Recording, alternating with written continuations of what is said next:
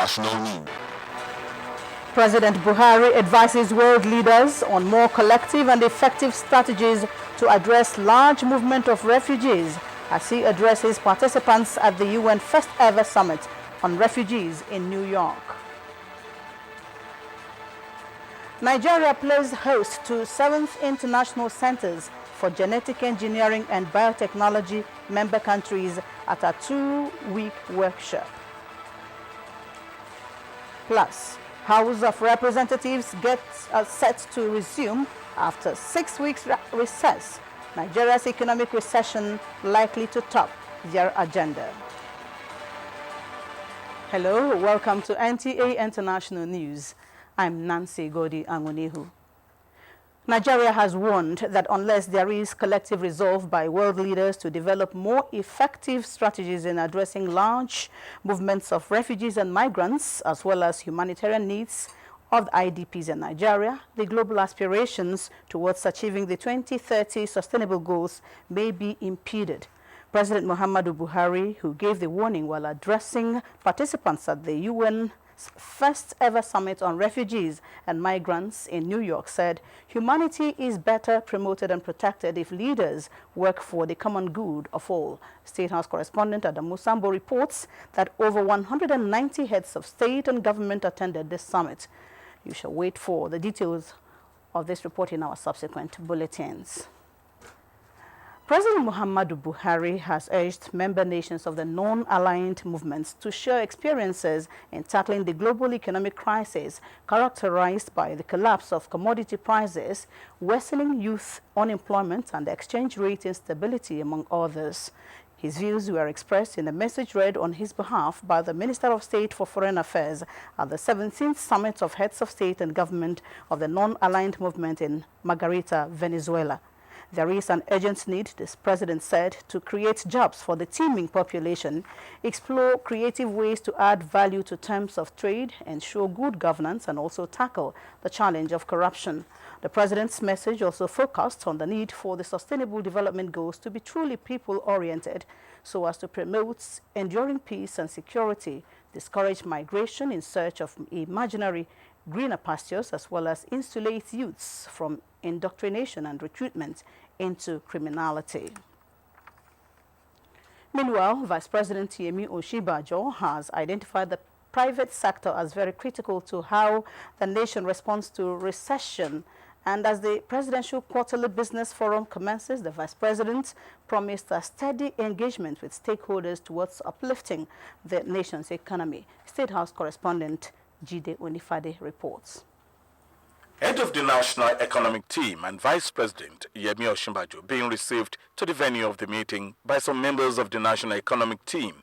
The issue has always been that the government has not been engaging with the private sector in driving the economy, and thus Presidential Quarterly Business Forum is providing that platform towards jointly addressing the challenges of the recession. Even in looking at our solutions, we really have to look at those solutions that are peculiar to our circumstances, and I would really want to respectfully urge that we try and focus on the type of problems that we have and look at what solutions can come from there. The top challenges with the Nigerian economy, which the forum identified, include access to finance, high interest rate, high energy cost, transport and infrastructure deficit, low support for local manufacturing, unfriendly business environment, and inconsistent government policies, amongst other challenges. What has been lacking, as explained by the Vice President, was the political will to confront these challenges headlong, and the Buhari administration, he says, is addressing them, calling on the private sector to partner with government. But alongside that, we are also engaging 65,000 young people who will be trained in various aspects of technology. Presentation from the Minister of Budget and National Planning, Udo Utoma, reveals positive steps being taken by the administration on the state of the economy. We want to turn what is a crisis into an opportunity. We want to use this crisis to change the economy of Nigeria for good. That is our aim. Our commitment to stimulating this economy with the infrastructural capital spend is a clear one. We're raising money, even though the markets are difficult, but we'll raise money to make sure that we back up what we say. And I think that will restore confidence to a lot of contractors. So I think with this second release of funds, you'll see a lot more activity, a lot more trickling down, because people are confident that we're going to sustain this payment to contractors. It's a very good event in the sense that it's a way of communicating with the private sector who run the economy. There's hope that we will get out of this recession and that our country will be better for it. So yes, it's a blessing in disguise. Because the banks need to do more work by making sure that we get to a certain level where business can go at single interest rates. I think where we are today is just a reset, what I call a reset, where we have to go back and rethink how we do things and shape ourselves for the future. From the banquet hall of the State House, Jide Onifade, NTA News. President Muhammadu Buhari has challenged Nigerian institutes of management to be actively involved in public sessions of the National Assembly to offer professional advice when bills are being considered. The president, represented by the head of the Civil Service of the Federation, Winifred Oyoita, gave the charge while declaring open the Institute's annual conference in Abuja. Joseph Orok reports. Apart from noted options of diversifying the nation's economy, boosting production and patronizing made in Nigeria's products, effective management of resources by Nigerians and the governments remains the sure way out of the prevailing economic recession. And so, as about 3,000 professional managers converge on Abuja to deliberate on the theme, Building a New Nigeria, Strategic Options and Policy Imperative, it is expected that useful decisions will be made to move the country forward. Head of the Civil Service of the Federation, Winifred Oyoita, who represented President Buhari at the event, urged professional bodies to support government's efforts at getting the economy back on track rather than criticizing. To set this country on the path of greatness and prosperity, complete elimination of all forms of corrupt practice must be in the front burner, and our collective consciousness always. You will agree with me that a great nation is the reward of great leadership built on good governance. This is our motivation and value proposition. Chairman of Council, Nigerian Institute of Management, Professor Munsali Jibril, regretted the mismanagement of the nation's resources, noting that with concerted efforts to support government policies and programs, the country will bounce back. Building a new Nigeria goes beyond bringing corrupt people to justice. It implies going to the root cause of corruption and banishing it from the land. It implies a total overhaul of the criminal justice system and the personnel who enforce the law. The conference is expected to come up with resolutions that will aid the change agenda of the present administration. Joseph Orok, NTA News. Experts at the 2016 Annual National Management Conference have described the current economic recession Nigeria is going through as a blessing in disguise. Adebola Brookslyn Sunday has more. The significant decline in the gross domestic product GDP, generally regarded as economic recession, the experts say Nigeria will come out of it better. Nigeria is not the first country that has gone into recession. You even want to look at the United States of America at the time President Obama took over. There was great recession. The resources and everything is here with us. Our change of attitude and behavior, look inwards, and then join government in all sincerity. We should look into agriculture, empowering the youth, also looking at it generally. The manufacturing sector should be encouraged. We should also review our financial policies so that the country will in no time get back on its right footing. Entire nations needs to rally around the leadership of the country in order for us to give our own sacrifice and also to be very, very patient in trying to get out of it. In the next 2, 3, 4, 5 years, Nigeria will be very, very great. Nigeria declined as the largest economy in Africa when its GDP fell below that of South Africa. Adebola, Brooksland Sunday, NTA News. Now let's look towards agriculture.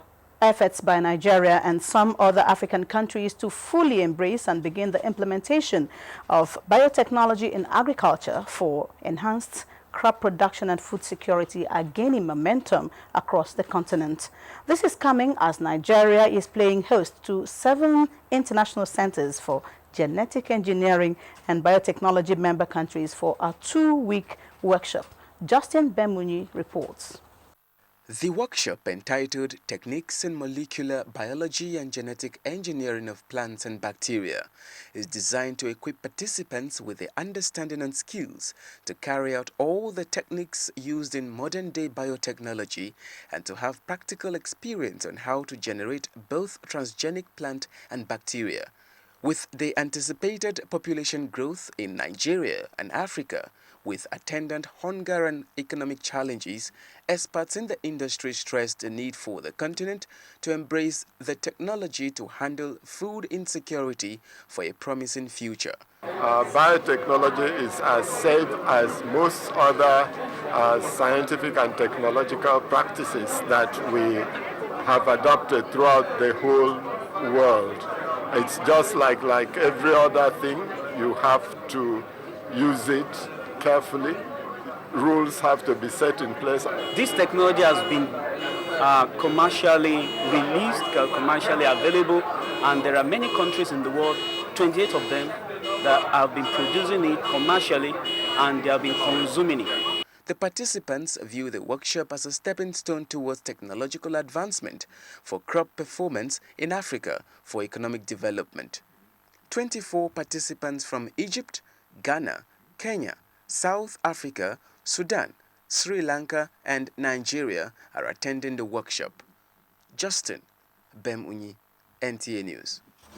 Chief Justice of Nigeria, Justice Mahmood Mohammed, says disciplinary action will be taken against judicial officers involved in conflicting judgments that do not show respect for laid down principles of law. This is one of the positions the Chief Justice of Nigeria took at the opening of the 2016-2017 new legal year of Supreme Court of Nigeria. Judiciary correspondent Femi Okewo reports. In the last 5 to 6 months, Nigerians, who lawyers would say are not learned in the law, have expressed shock at the open combat between some judges trying to outdo each other in their rulings. Equal shock was also expressed on the judgment of some election tribunals and the Court of Appeal, which had enough precedents to follow. Now we know that the learned community, too, is no less disappointed at the disregard by some judicial officers for the principle of stare decisis. That is, the principle which compels lower courts to follow the position of superior courts of records once a pronouncement has been made by the superior court on any given matter. Every speaker at the commencement of the new legal year at the Supreme Court, beginning from the Chief Justice of Nigeria, the Attorney General of the Federation, who was represented by the Solicitor General, the body of senior advocates of Nigeria, the president of Nigerian Bar Association, and even the recent conferees, called for care by judges so as not to be seen to be playing into the hands of litigants. But the Chief Justice of Nigeria was even more assertive in the steps to be taken. Such departures from President therefore risk creating a type of confusion which is inimical to the trust reposed in us by the people and the risk of our reputation, our integrity, and even our existence by such indiscipline. The occasion was also used to confer the rank of Senior Advocate of Nigeria on 22 legal practitioners. Being conferred with Senior Advocate heaps on me a lot of responsibilities, and I pray God I'll be able to discharge it. What that does is to place great responsibilities on us in terms of the sustenance of the ethics and ethos of the legal profession. This kind of crowd can only be seen once in a year in a place like the Supreme Court.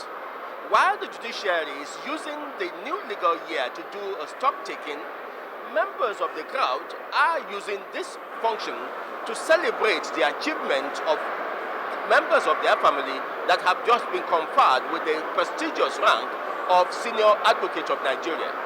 Whichever way, this ceremony is worth the while for all of them. From the Supreme Court, Femi Okeowo, NTA News. Thank you, Femi. The ongoing Nigeria's economic recession is likely to take center stage as members of the House of Representatives reconvene plenary on Tuesday after 6 weeks recess. National Assembly correspondent Ignatius Onkwo has more. The National Assembly has been on recess from the 21st of July 2016. The legislators, while stating their readiness to continue with their legislative business, said they expect an interface with the executive to address the current state of Nigeria's economy. By engaging the executive arm of government, as well as other relevant stakeholders with a view to preparing a lasting solution out of the present economic recession. I believe that everybody must contribute his own quota to make sure we come up with a very strong and proactive ways of giving the legislative support to the executive.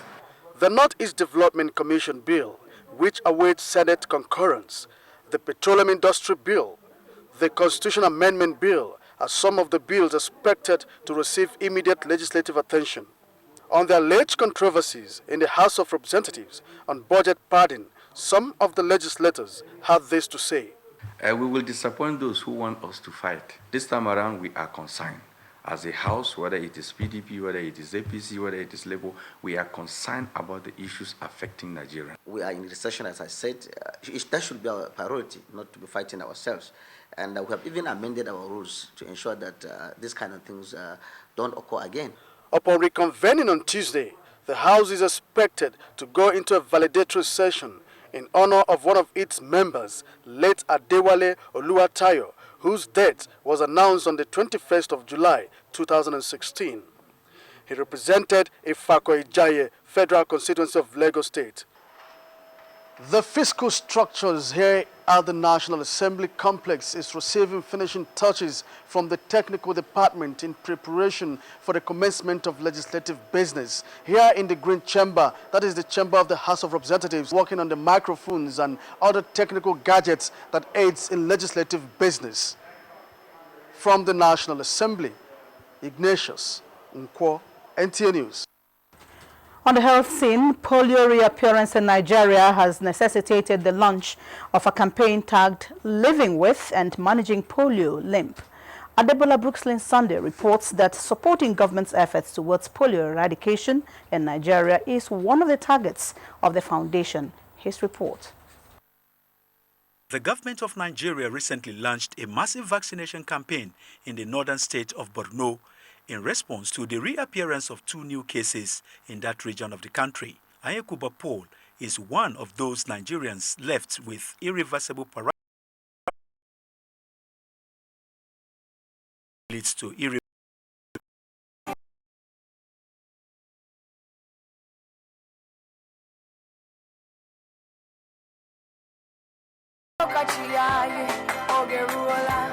Change begins with you and me.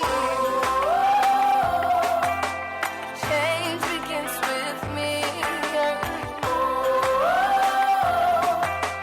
Change begins with me.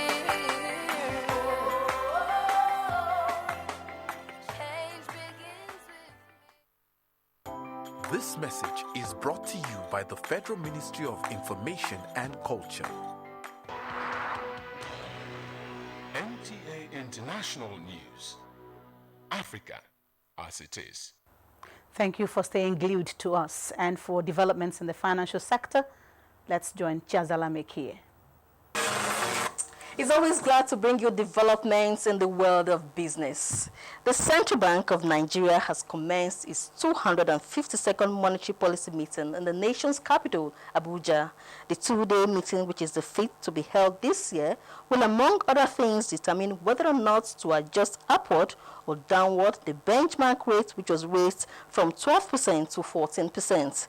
Experts say top on their list will be favorable rate decisions that will spur investments as well as stimulate the country's ailing economy.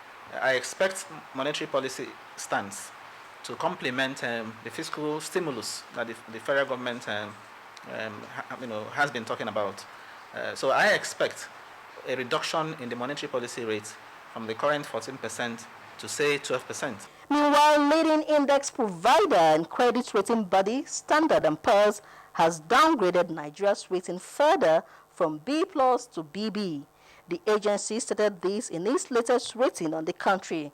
It says Nigeria's economy had weakened more than expected owing to the restrictive foreign exchange regime. And OPEC Secretary General Mohammed Barkindo says OPEC members may call for an extraordinary meeting to discuss oil prices if they reach a consensus at an informal gathering in Abuja this month. He says the informal gathering was proposed with the aim of taking decisions to stabilize the markets. And just before we go, a quick look at closing figures and top commodities prices.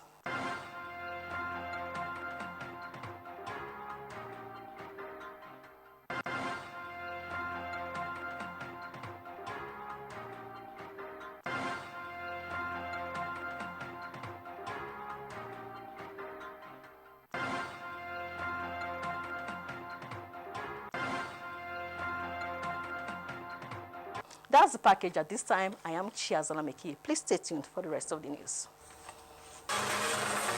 Thank you, Chazalam. Now, our religious reports. Aside the spiritual benefits that accompany Hajj, Nigerian pilgrims also use the period to do some shopping.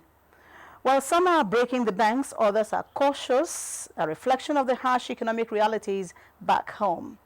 Ahmad Ambali, in this special report from Saudi, looks at the implication of having Nigerians spending much needed foreign exchange in Saudi to get products which are abound back home.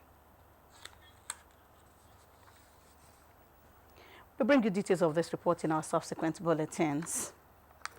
President Muhammadu Buhari has commended athletes of the just concluded Paralympic Games in Rio, Brazil, for doing the country proud by winning 12 medals and setting new records, making them the top-performing African team at the 2016 Games. In a statement by Senior Special Assistant to the President on Media and Publicity, Garba Shehu, the President extols the resilient spirit of the Nigerian Paralympic athletes who excelled in the face of adversity. The President also commended the athletes for their tenacity, focus, and determination, which have brought glory to the country. He applauded officials and trainers of the athletes who made sacrifices and persevered to fly the country's colors. More on sports. Nigerian Paralympics seek better welfare ahead of Tokyo 2020 as the 2016 Rio Paralympic end in style. Kene Mabodike brings us more on sports update.